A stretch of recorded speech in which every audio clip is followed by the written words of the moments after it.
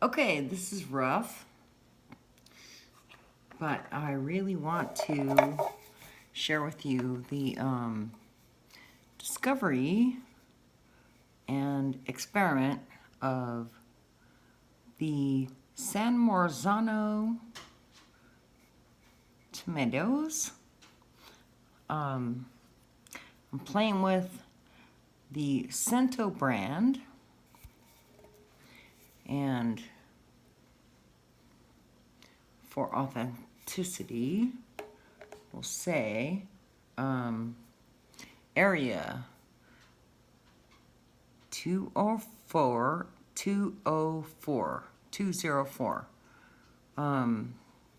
I looked it up on the internet.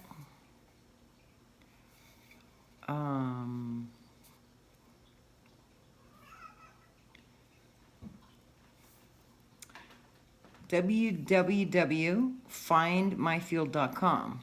Okay. It's like that. And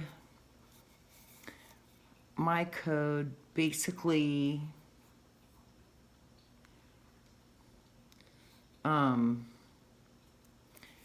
put me just east of Mount Vesuvius. So that seems kind of real to me, although, you know, they don't have the fancy letters. And honestly, I'm so impressed with these tomatoes. I'm gonna try like, 1,000 more. But only for a situation where, you know, the tomato is the star. Like, if I'm gonna make a heavy meat sauce or lasagna or whatever, and there's gonna be a bunch of other stuff going on, am I gonna spend money on this? Nope. Nope. Sorry. Not happening. Okay. So,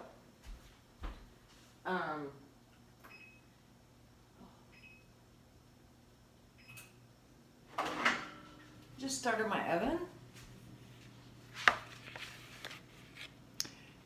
I've like not too much idea what you can see here, but I'm just gonna go ahead with this because there really is kind of a point, and I was surprised. My friend Rita texted me today. Oh, I bought the San Marzano, different brand.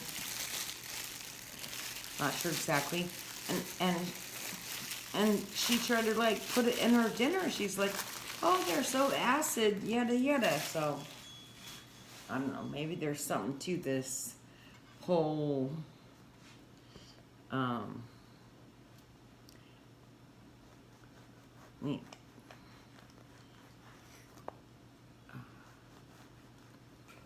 afraid of things on, or fake rolex. Let's just put it that way. You can go to the internet and figure out what I'm talking about. Life's too short to understand all that. But okay, so I wanted to test these tomatoes, and my test subject was the garlic toast, which I think is pretty brilliant. I make garlic toast. It tastes like something. I know what it tastes like. I like it. It's pretty good at making other things taste good, but those other things need to taste good on their own. Okay. This is my can of San Marzano tomatoes, real or fake, and I promise you I'm gonna go down a local Italian market and hear what they have to say about all that. But in the interim, those are delicious.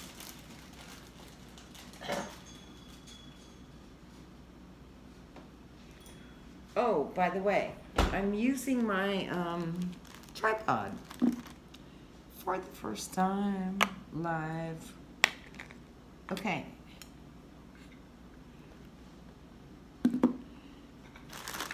So the basis of my test for these tomatoes is really a garlic toast. Can you see them all? Yeah, 1, 2, 3, 4, 5, 6 garlic toast. So the first thing I'm going to do is make some garlic bread that tastes great. So I've got about 2 tablespoons, roughly, of butter.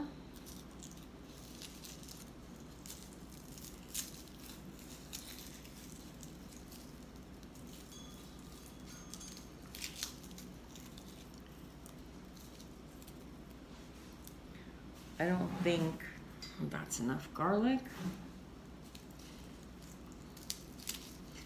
You know, these recipes that say, add 2 cloves of garlic. Like, you don't know how big or how strong anybody's cloves of garlic are. So, I'm just saying, if I'm making garlic bread, I'm making it heavily garlic. Your mileage may vary. You might want to do something different. Okay, that one's peeled. I'm using the garlic press. You don't technically have to peel the garlic, but if you don't, you have to run a truck over it to press the garlic through the skin that's all dried up. Yeah, you can do that. You can do that if you like it, if you enjoy it. Me, not so much. I would rather take off the root end because I always buy California garlic, which has a root on it. The Chinese garlic doesn't. You be you, I'll be me. You can look that up on the internet, by the way. You might find it interesting. But I am from California, and I like the California garlic. And the whole like Chinese garlic or whatever kind of creeps me out, but that's me. Okay. So I've got my garlic, butter. I need Parmesan.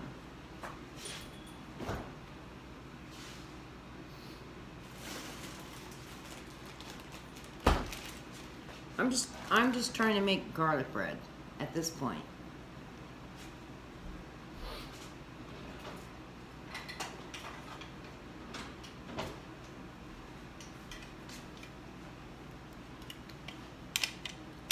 This is my Parmesan shredder, like they have at, hey Dot, hi baby, like they have at Olive Garden. I bought it, it's kind of fun. Do you need one? No. A microplaner gets the job done. So, this is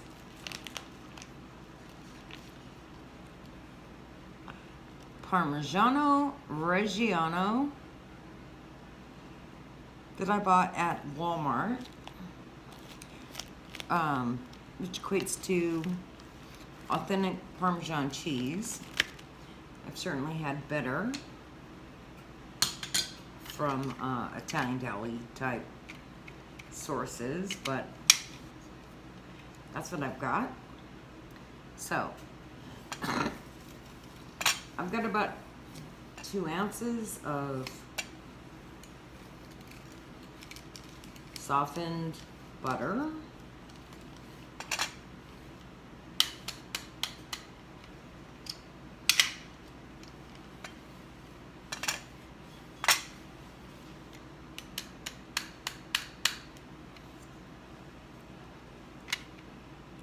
I've added however much Parmesan would cooperate.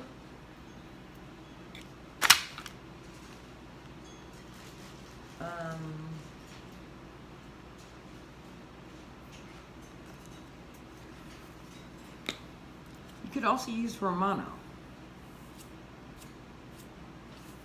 Pinch of salt.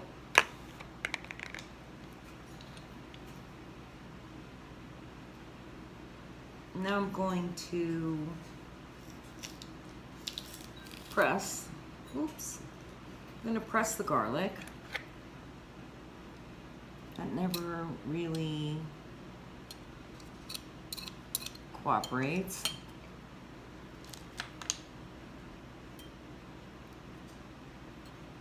Garlic skin, bye-bye. Chunk of garlic flew over there. Don't want that. Cool thing about a garlic press, you really don't even have to take the skin off, but you're gonna work really hard pressing it through if you have the skin there.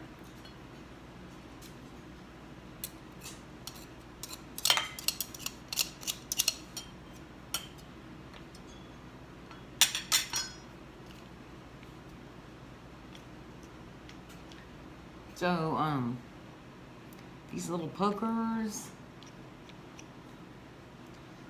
poke through.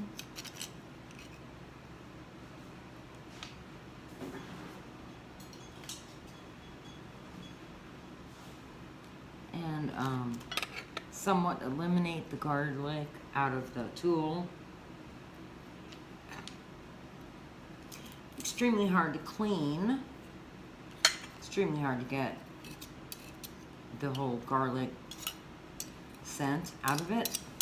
But just remember, the only thing I use this tool for is garlic. So, if there's some leftover residual garlic, you know, oil and scent, it's not gonna destroy the world.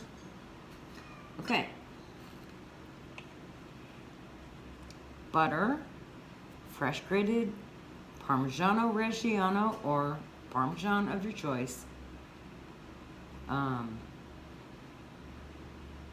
Garlic, which can be diced or pressed in the garlic press.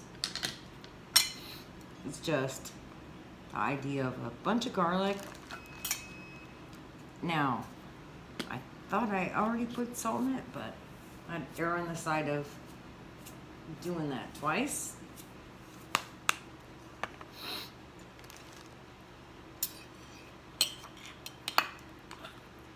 I'm gonna mix it all together and spread it on my bread, which happens to be day-old French bread from Walmart. Nothing wrong with that. It doesn't have to be anything fancy.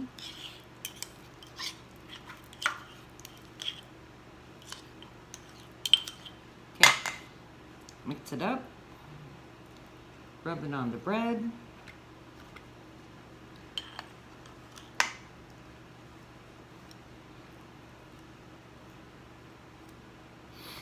Garlic, Parmesan, could be Romano, butter, and salt.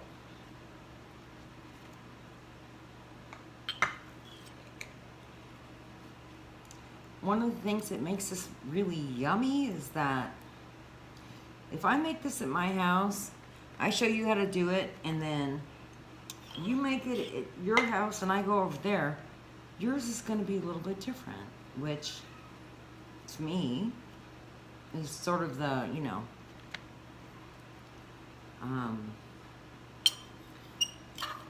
the idea of soul food, or the, you know, actual soul of the food. It's like, you do you, I do me, etc. Okay, so I've made this mess of the bowl. I kind of like this, what do you call it, tripod. I kind of like it to an extent. So I'm not gonna waste any of that. Kind of wish I had a little bit more, but you know, whatever. So there we go. I'm gonna pop this in the oven and continue from there, right? This is just garlic toast. That's all it is, nothing fancy. Here we go.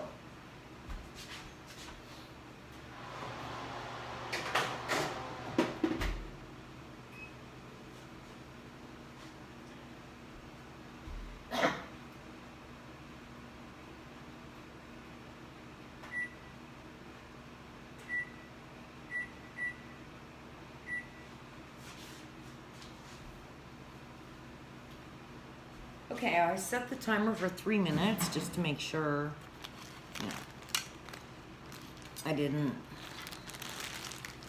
do anything stupid and burn my beautiful toast.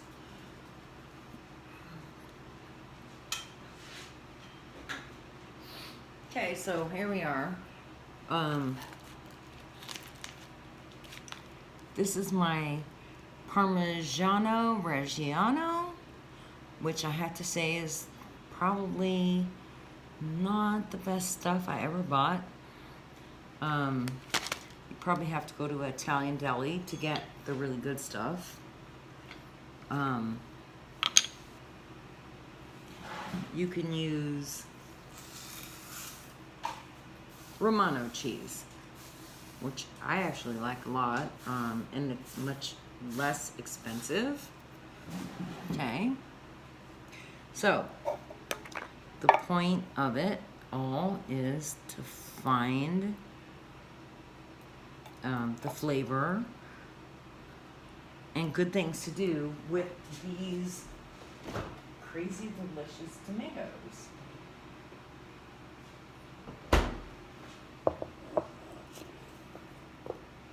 So here we go.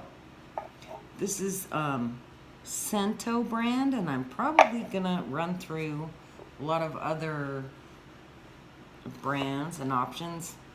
My friend Rita tonight is sending me messages that she bought another brand and they're acidic and she hates them and so on. So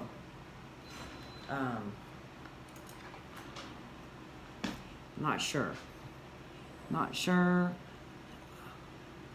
how everyone will think of everything. Okay, but my Cento brand canned tomatoes. There we have one.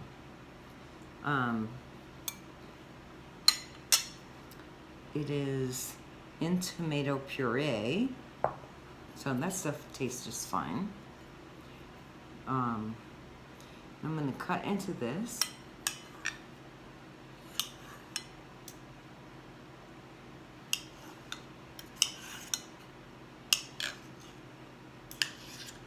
So, this tomato is like very sweet.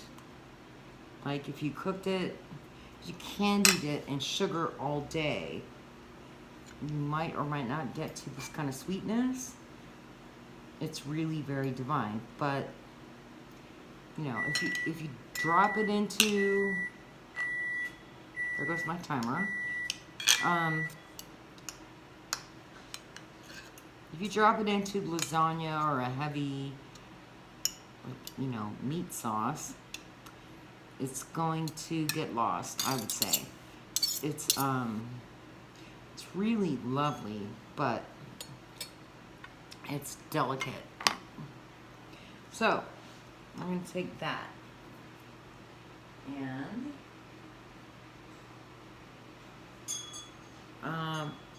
I'm going to pull my toast out.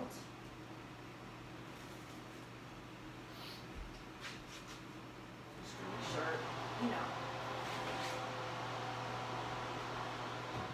Okay.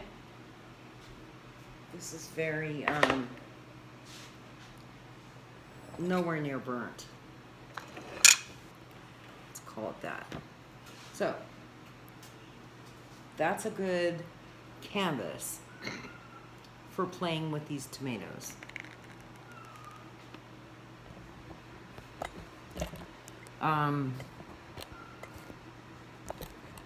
Whoops.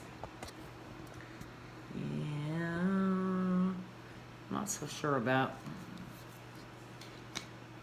all of this. Anyway, this is dried basil. Lowry's dried basil.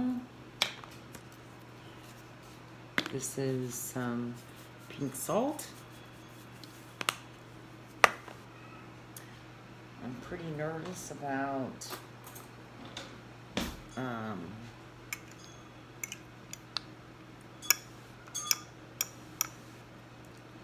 the tripod cranked down that way.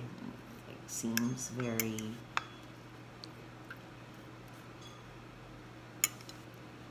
ooh, I just burnt my finger on the edge of that pan a little bit. Anyway, seems precarious, but I did want to, you know, have some opportunity for a two-handed